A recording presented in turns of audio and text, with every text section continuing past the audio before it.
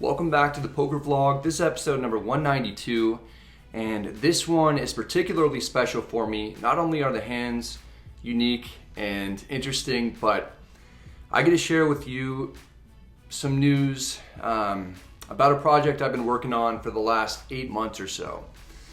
And that is that as of today, I am one of the new owners of the Lodge Poker Club in Austin, along with Doug Polk and Andrew Nemi.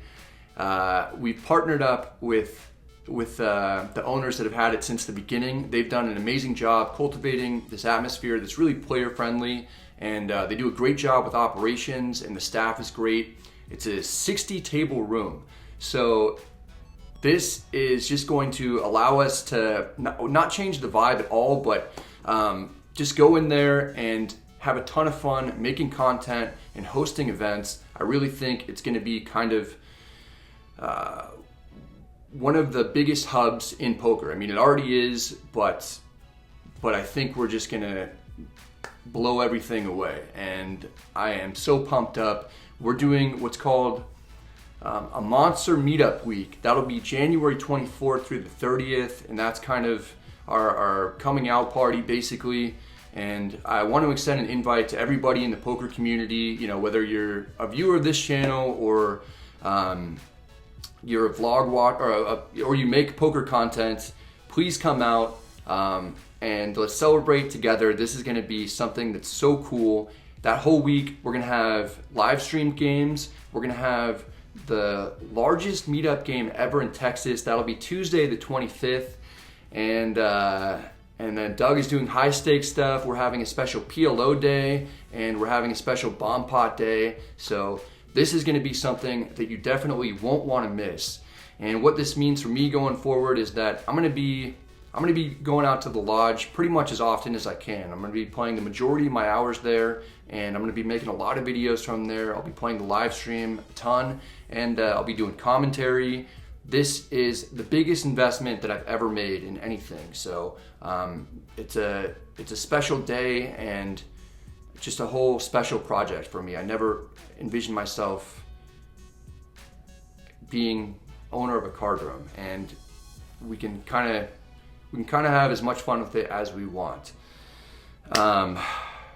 Aside from the meetup stuff, also during that week, there's going to be a 500K guarantee, and that's a $600 buy-in. It's the largest monthly guarantee that there is in poker. So we're going to shatter that. I have no doubt in my mind. There's 8 different flights, I believe. So one way that you can help support me in this new project right now is by going to the Lodge's YouTube channel. Hit the subscribe button. I'm going to be putting out content on there as well. And Doug and Andrew and I collectively, we're going to be doing stuff together on there. And I'm just very, very pumped up. So subscribe to that channel. I believe Doug has put out a video that is going to have more information on that event at the end of January. And thanks guys for coming along this journey with me. This is a brand new chapter.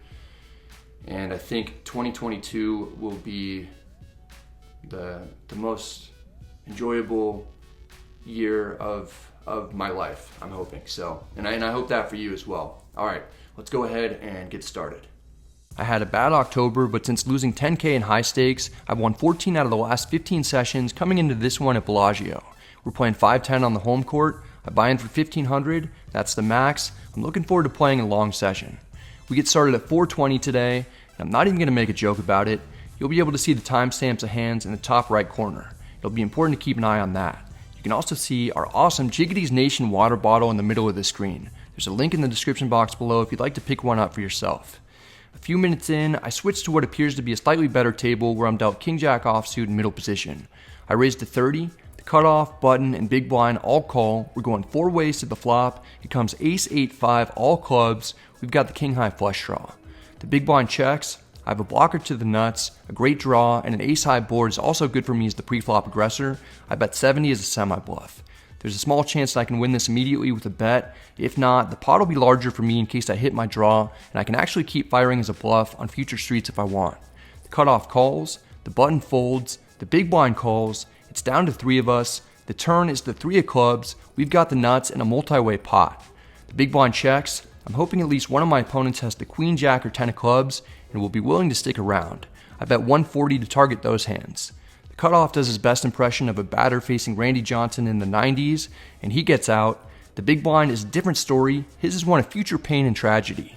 He calls, likely drawing dead unless he has a set or 2 pair. It's heads up. The river is the 6 of hearts. It's a blank, allowing us to maintain the best possible hand. The big blind checks. He likely won't call a 3rd barrel without having a Broadway club. I could bet a large amount to target the queen. Instead, I bet 360 to give myself a better chance getting called by a slightly wider range of hands. The big blind knows what I'm representing, isn't happy about it, but still calls immediately while eloquently expressing himself. Fuck, I got the queen. God damn it. Nice hand. The opponent isn't feeling great because he loses a sizable pot. I'm glad to be on my side of the cooler. I just can't help but feel like I missed out on some value. I certainly would have made it more if I knew for sure what we were up against. We're off to a great start though. It's only a half hour into the session and we're already up almost 700. An hour goes by and my stack deteriorating until we're dealt king jack of clubs on the button. The player in middle position limps in. The cutoff is an aggressive European player. He raises to 50. I'm on the fence between calling and 3-betting. I call. The big blind also calls. The middle position player folds. We're going 3 ways to the flop in position. It comes jack 6-6 rainbow. There's a good chance we've got the best hand. The big blind checks. The cutoff bets 50. I don't see much of a reason to raise at this point, especially since the big blind will have a lot of 6s in his range and I'll have very few. I call. The big blind calls as well. Not what I wanted to see. It gets worse as the queen of hearts comes on the turn. We get downgraded. The big blind checks. The cutoff also checks. Happy to see that. I should at least have the cutoff beat. I check for pot control. The river is the deuce of hearts. The backdoor flush gets there, otherwise it's a blank.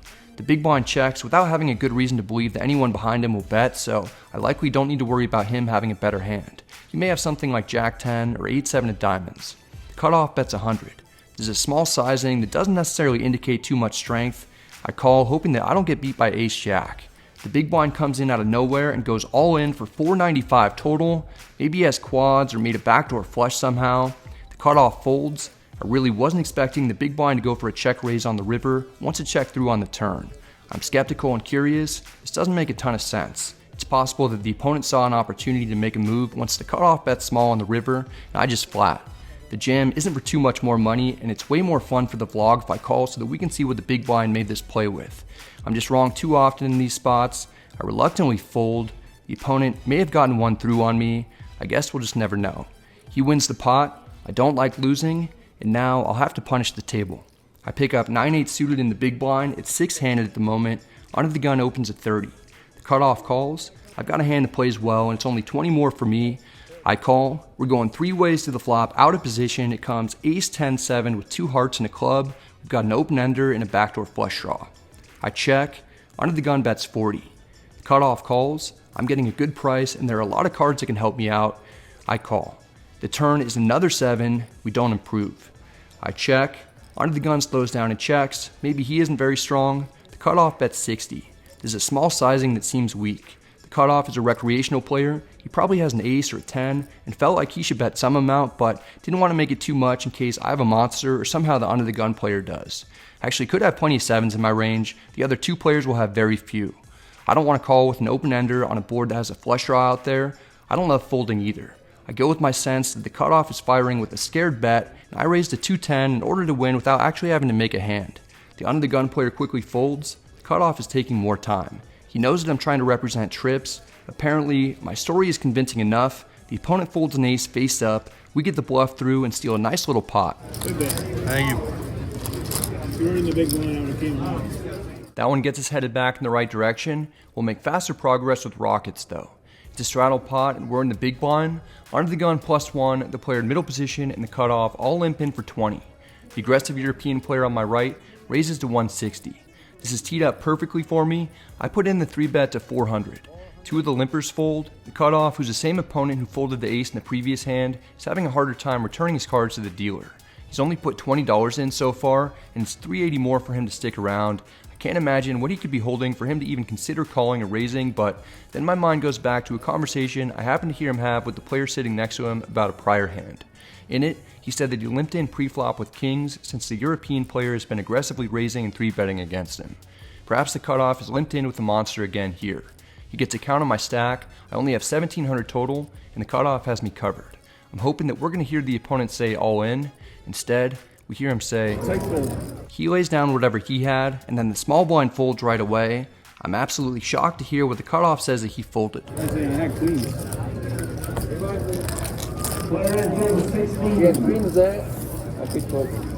you're not in between this, I put them all in. I don't know what you have. You already made a raise. You have kings raised? I have kings, yeah, I have kings. Yeah. We all know you have this, right?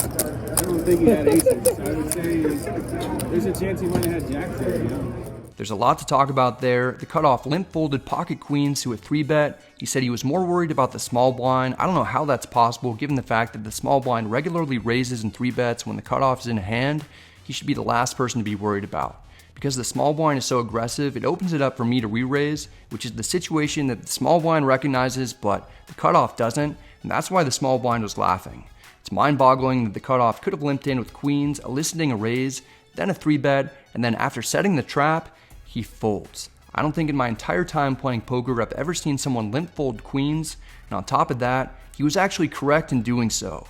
If it was anyone else at the table, I wouldn't have believed him, but this particular opponent I actually believe, given what I heard him say quietly to someone else before, the fact that he laid down top pair and showed me, and the fact that he tanked in this situation. I somehow win the absolute minimum. There's still plenty to be gained from what we heard the cutoff say though. He tends to play very scared poker at times, and hopefully I can take advantage of that down the road. Here we've got pocket threes under the gun +1, I open to 30. The hijack is the only caller, he's another European pro at the table. We're heads up, the flop comes ace queen 7 with 2 spades. It's a good flop for my early position opening range. I bet 40 is a bluff. That doesn't accomplish anything, the hijack calls, maybe I'll shut down now. The turn is a king, it's another card that's better for my range since I can have jack 10, aces, queens, 7s, and ace king that I'll play this way up to this point. The hijack on the other hand likely won't have aces, queens, or ace king. Since I have the advantage, I bet 120 is a bluff. The opponent doesn't like the sizing at all. He raises to 340. Well, okay. I can't hang around when I could be drawing dead. I let him see one and I fold. You win it. Did you never ask? But I feel like it's I did. They would, you know what they would do? They'd be like, he's I wasting didn't time. realize that because I was on the phone. Let's give us money. I would do the same. I did call you. The opponent didn't see that I had raised pre-flop. He thought that he was the initial raiser. This indicates that he may have had a very strong hand like aces, kings, queens, or ace king. He would have 3-bet had he been paying closer attention. It works out okay for him since I turned my hand into a bluff and pretty much lost the maximum. After adding on and winning a small bomb pot, I'm dealt 8 deuce offsuit in the big blind. The cutoff limps in, he's the same dude who folded pocket queens pre-flop. I check, the flop comes queen 8 deuce with 2 diamonds, we've got bottom 2 pair. I check, the cutoff checks back. The turn is the 8 of diamonds giving us a boat with 2 cards that I would have been happy to have folded pre-flop. I don't want this to check through again, so I bet 30. This is when things get interesting. The cutoff min raises to 60. I'm wondering if I should go for the re-raise now or if I should let this dude hang himself. He's actually amassed a huge stack somehow, but he's had several drinks and he's talking some trash. You could beat the fucking YouTube man. What is it? 5-0 or something? 5-0, yeah. It was something else, man. I flat in order to go for the check raise on the river. The dealer puts out the 7 of spades. I check to the cutoff. I'm sort of concerned that this might get checked back. It doesn't. The guy is like Joe Montana coming through in the clutch with a bet of 100. He's not going to be too thrilled when I make my move. I raise to 400. The opponent's a bit of a serial tanker. At least he makes it fun by allowing us access to what's going on in his head.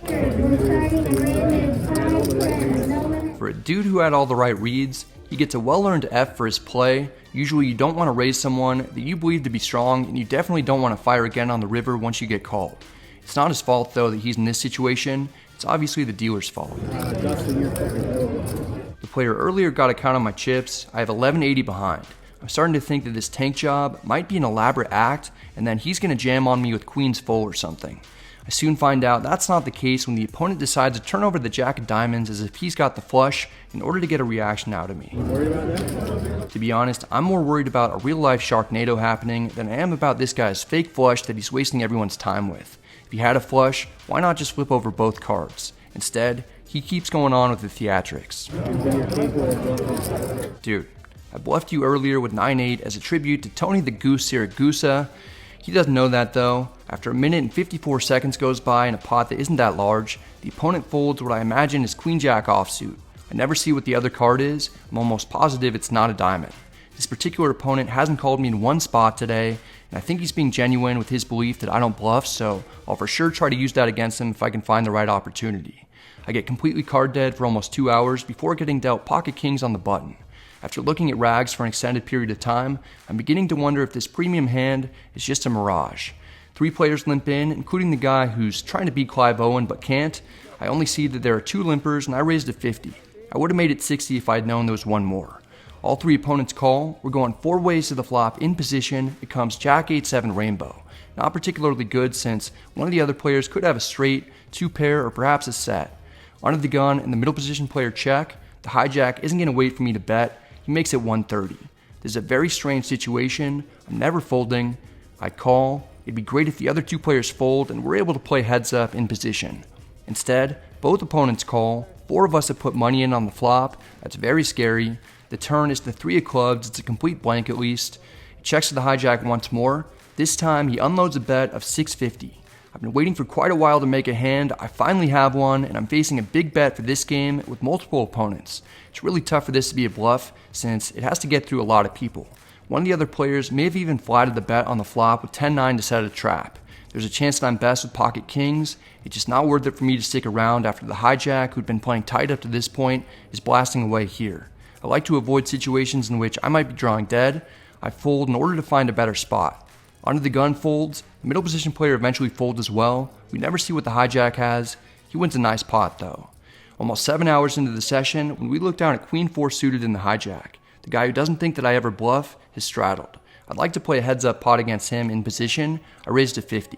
Queen 4 suited is definitely too wide of an open from this position, but I admit I'm kind of bored. I want to get involved, and I haven't shown down many hands, so my current image is that I'm a nit, especially according to the under the gun straddler. This should allow me to get away with some extra bluffs. The cutoff, button, small blind, and under the gun all call. We're going 5 ways to the flop with a garbage hand.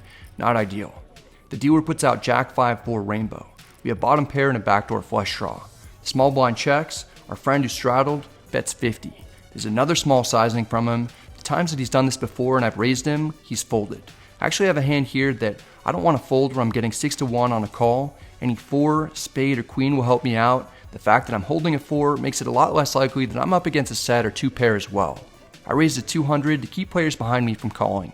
Even if one of them's holding a jack, they might prefer to fold rather than call, not knowing where they're at or if the under the gun player will re-raise. The cutoff folds. The button is not compliant. He shoves for 1480. Well, this isn't good. The small blind folds. Under the gun folds.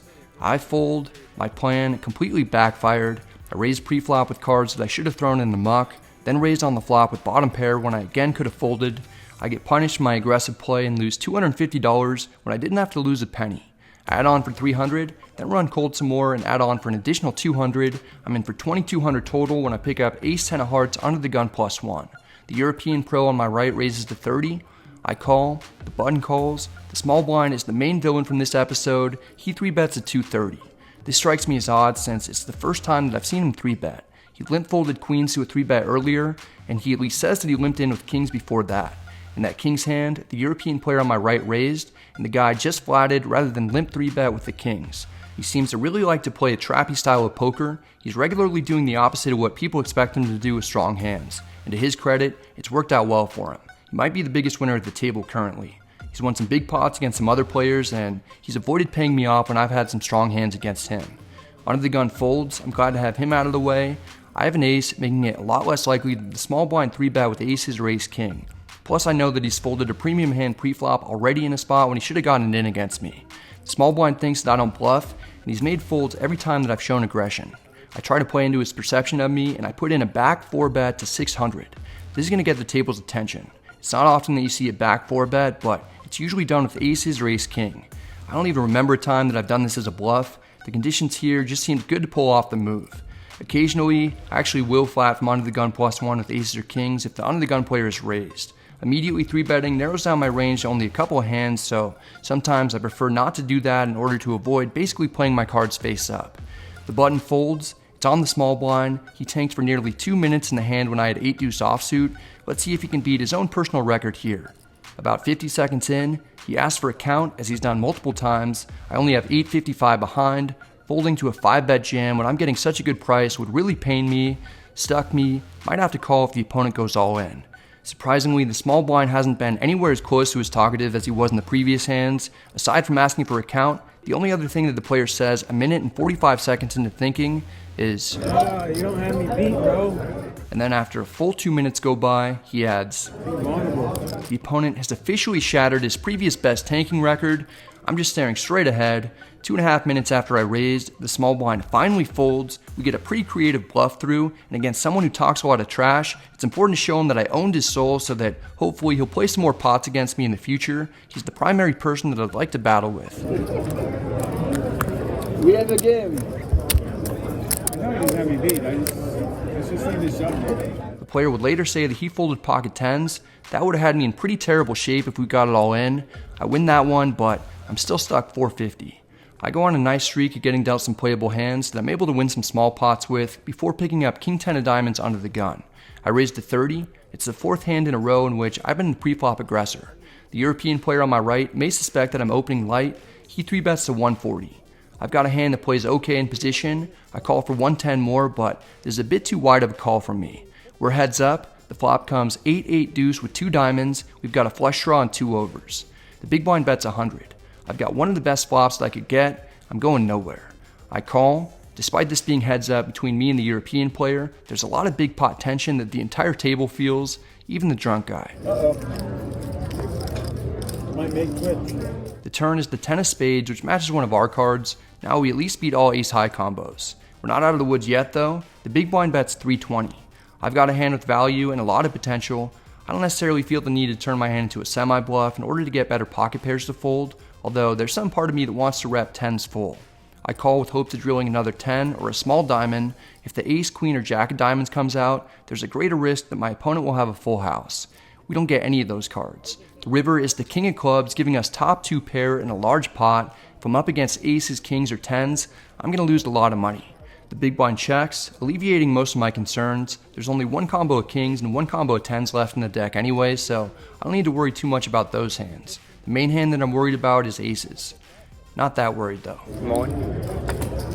All in.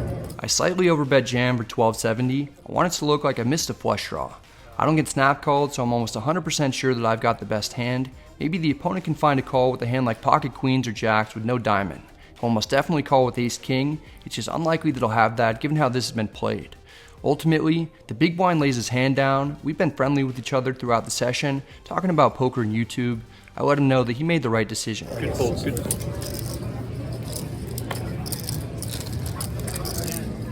Made the switch, bro. Spraggy, you better watch out because apparently I'm coming for you. It's been an up and down session that's been tough to mentally get through, especially since I went through a long period without making many hands, all while getting live trolled. With the King 10 win, I'm back out of the hole 8 hours into the day, and I'm up $200. I'd like to add on to that if I can. I pick up pocket 3s in the small blind, it's a straddle pot, and 6-handed at 1 in the morning. I raise to 80. The under the gun straddler calls. I'd find out later that his name is T. He's a viewer of the channel. We're heads up out of position. The flop comes ace jack 6 rainbow. This is a somewhat similar situation when I had pocket 3s previously and I was the pre-flop raiser.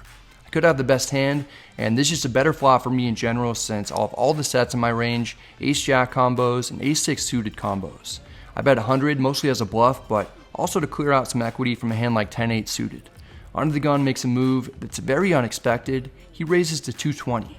He's not going to have aces or jacks since he didn't 3-bet pre-flop. He may not even have ace-jack in his range. He's pretty much just representing a set of 6s or ace-6, maybe jack-6. He also won't have hands like ace-king or ace-queen.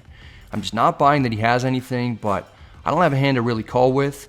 I do something that doesn't make a ton of sense myself and put in a 3-bet to 700. The reason why I say that it doesn't make much sense is because if I had a set of aces or jacks, I'd likely call the flop raise and go for a check raise on the turn. This is a high risk play that I'm doing almost solely because my instincts are telling me to. If I'm actually up against a monster, then I'm completely punting not only all of my profit away, but I'll be stuck several hundred again, and I won't have the stamina to grind it back. Something just didn't feel right, so I went for the Hail Mary. Luckily, the opponent folds, we get the big bluff through, and turn it over mostly because the guy who thinks that I don't bluff is still at the table. He's the one that I really wanted to get today. I did bluff him a few times, but when I had big hands against him, he was able to escape relatively cheaply. Oh well, with this pot, we've got a solid win. This is T here. After the last hand, he asked for a shout out in the vlog, and he also told me that he raised me on the flop as a bluff with 7-4 suited. So I was bluffing with the best hand. On the jack six, on the ace jack six. After a full day of poker, it's time to rack up.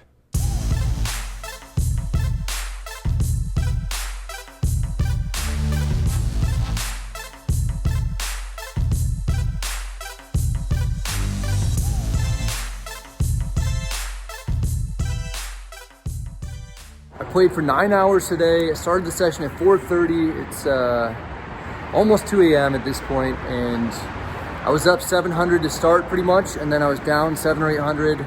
Luckily, I found some good spots to bluff, so that was fun. Thanks, man. And now, cool, thanks. Headed home. Yeah, exhausted from playing.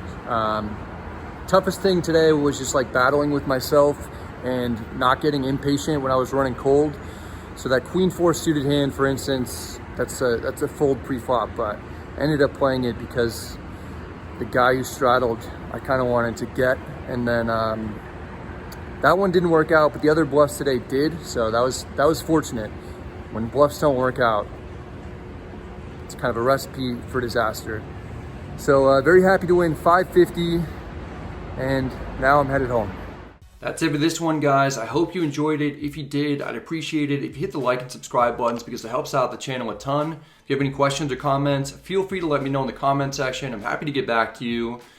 One thing that I do want to mention in this episode was, you know, there was a point when one of the dealers, his name's Dustin, got berated a little bit, and something that's not cool at all. So be sure to just be nice to your dealers because they have to, you know, they have to take a lot of crap, and they're not really in a position to adequately defend themselves without risking a lot. So just be cool to them, and there are a ton of events going on for me the next several weeks. So I mentioned that week in Austin. Come out to that because that's gonna be for me, that's gonna be like a once in a lifetime type of event. And then if you're in Las Vegas, January 11th, come out to Aria. I'm hosting an event to kick off the Stairway to Millions. So that'll be January. The Stairway to Millions is a series that's going to be taking place at Aria where there's buy-ins between $1,000 and then it's going to get progressively larger all the way up to $100,000. So we're kicking off that series with me hosting a cash game from noon to 6 p.m. on the 11th, and we're playing 2-5, and I think there's a good chance that there are some other big names that are going to be in attendance. And then also February 5th and 6th, Andrew and I are hosting a meetup game at the Hustler Casino in the Los Angeles area. So I really hope to see you guys at one of these events or maybe multiple events. Again, that thing in Austin is going to be pretty cool, and I will likely be shooting my 200th episode at some point during that week, which will also be very special for me.